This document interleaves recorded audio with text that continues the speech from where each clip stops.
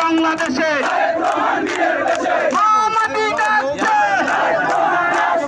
তারেক রহমান আসছে, এই মুহূর্তে দরকার খালেদা জিয়া সরকার। কে বলে রে জিয়া নেই, জিয়া আছে বাংলায়, এই সদরের মাটি যুব দলের ঘাঁটি, এই সদরের মাটি যুব দলের ঘাঁটি, এই শহরের মাটি।